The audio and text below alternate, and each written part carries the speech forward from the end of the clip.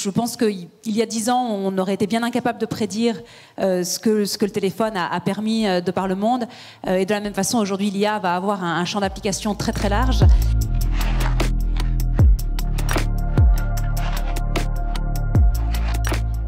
Je crois que c'est très important pour une technologie aussi puissante de vraiment commencer avec une approche responsable. Donc chez Google, on a publié ces principes dès 2018.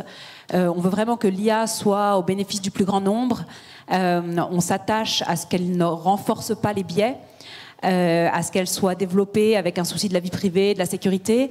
avec une très haute exigence en matière d'excellence scientifique. Et donc le dernier de ces 7 principes est aussi de faire en sorte que les applications et les personnes pour lesquelles on met ces outils à disposition vont les utiliser en gardant ces principes en tête. En tout cas, il y a une prise de conscience énorme depuis le Covid et même avant de la nécessité de se transformer et que finalement, il y a une inadéquation entre les compétences qu'on a et les compétences qu'on devrait avoir et qu'il ne s'agit pas de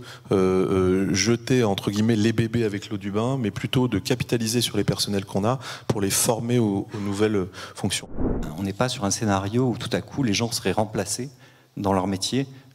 par une IA. On est sur une longue période de transition où ce qui s'installe plutôt, c'est une forme de coopération systématique où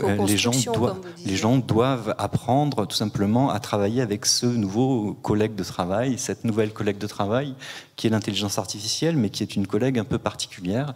et qui, disons, nous fait face à beaucoup de défis pour ce qui est de trouver ce que c'est la méthode optimale pour que des humains fassent confiance à l'IA, mais n'y fassent pas aveuglément confiance dans leur métier et trouvent la bonne distance avec cette nouvelle collègue.